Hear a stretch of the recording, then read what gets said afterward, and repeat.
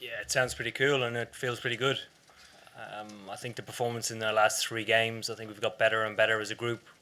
We talked before the tournament that we would have to do that in order to get to semi-final and final and actually be contenders. So I think today was, I suppose, a step further in the performance, and adding on the two that we've built on already. I think it was important that we did that. You said you wanted to play with smiles on your faces and embrace the moment. Did you do that?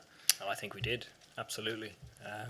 Everybody out there on the field and even in the change room loved every ball that was bowled. There was no lack of commitment, application, and we had a bit of a day out, which is it's cool when it happens like that, particularly when the bowlers bowl like that. It's awesome. A year ago to the day, England were locked out of the semi-final of the Football World Cup. Is it coming home? Wouldn't get too carried away yet. It's obviously a very exciting time for everybody, and ourselves included. I think giving ourselves the opportunity for Sunday's final is brilliant. We'll be giving it everything we can in order to try and win that game. And just finally for me, Jason Roy, obviously very disappointed with his dismissal. Is there any danger that he could be banned for the final? I doubt it. I actually didn't see exactly what happened. I was on the toilet, ironically. So I've heard what happened, but I can't imagine it would be. No. We'll go to the our left. Owen, it's unlikely that you would have had to endure any of these horror movie semi-final defeats that everybody talks about in England in the 90s and the 2000s. So do you understand this whole apprehension and cynicism around England about knockout games at all?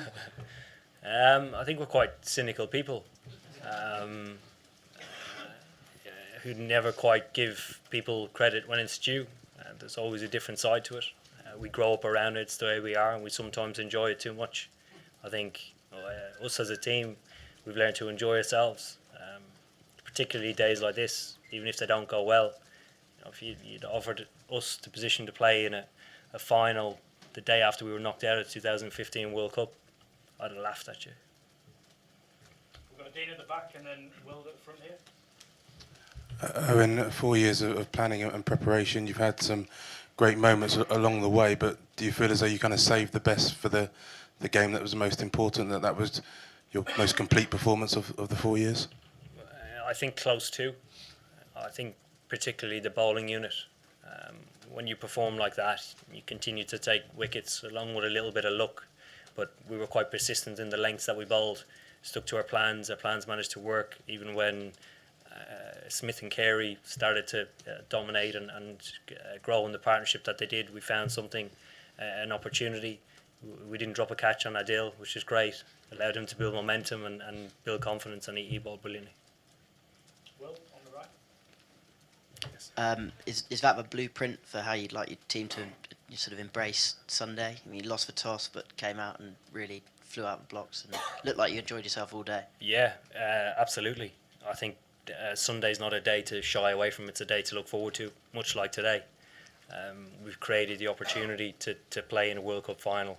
It'll be a matter of the same. Again, trying to produce everything that we can performance-wise, but enjoy the day. Owen, did Johnny pick up an injury when he was batting, and if so, what was it and how bad is it? Yeah, I'm not sure what it was, but he seemed to move all right after it. So it's not very concerning. I don't think it might be a niggle. We don't know, obviously, until he be scanned. But after it, he seemed to move well. So it's a good sign. Owen, was that the best Adil's bowled in this tournament? And why do you think he hasn't quite had the wickets that we might have expected so far? Yeah, I thought he bowled well against Pakistan up to a period, probably the period where the catch was dropped. That obviously gets you down a little bit as a bowling unit. I don't think we fielded well and supported him within the group. And today I thought we did really well.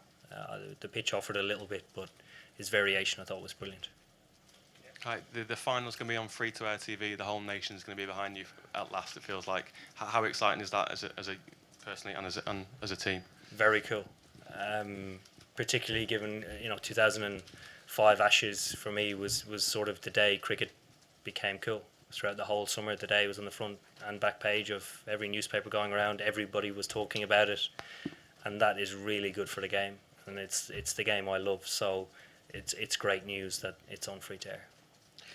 On Adelaide 2015 and now Edgbaston 2019, could you please talk about this turnaround, or I should rather say the renaissance in English white ball cricket in these 4 years, for you as a captain personally and as a team? Yeah, it's been in process for the last 4 years. In 2015, we were way off the mark. We struggled against the top teams and actually the teams that sat below that. So there was quite a drastic change in the way that we played and the way that we looked at playing our 50-over cricket. That has worked out extremely well for us, and given the support that we've had throughout the ECB, the backroom staff, as players, we've taken that, I suppose, as far as we can so far.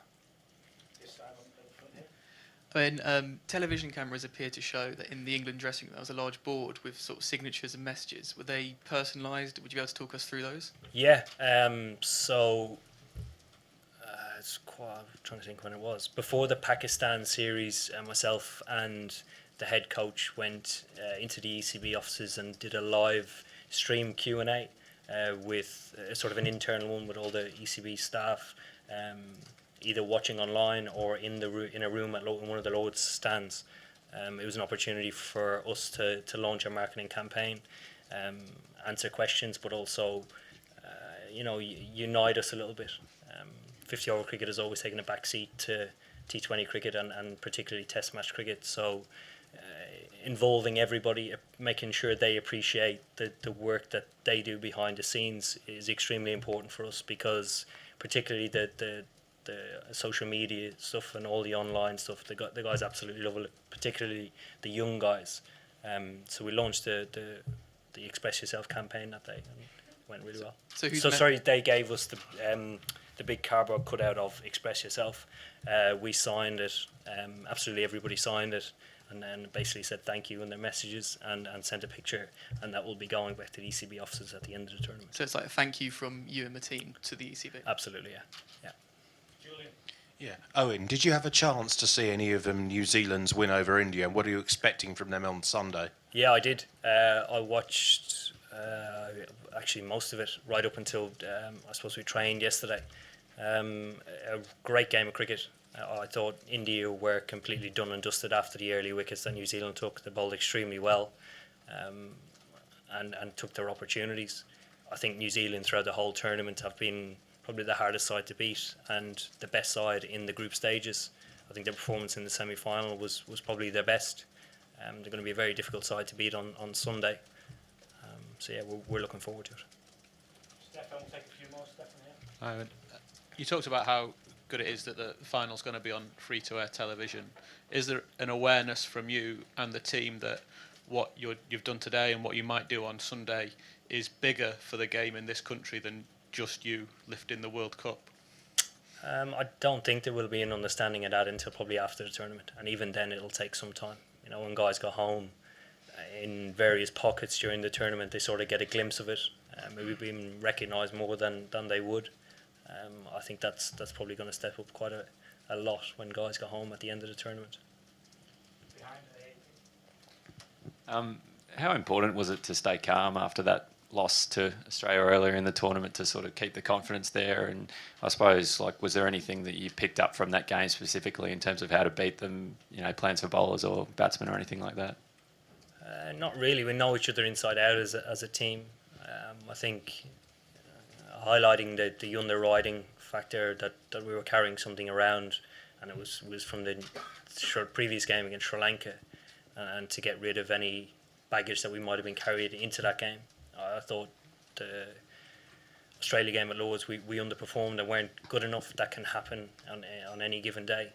That's performance related. I think the way we played against Sri Lanka wasn't naturally performance related. It was actually due to our application and our attitude.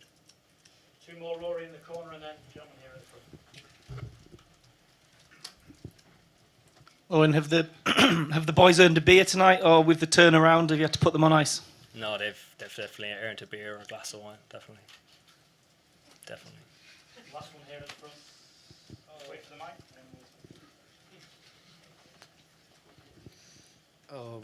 The way you guys trashed Nathan Lyon and Mitchell Stark, Does that give you sort of special satisfaction considering they're top class bowlers who have troubled your team and possibly every team in the world in the past?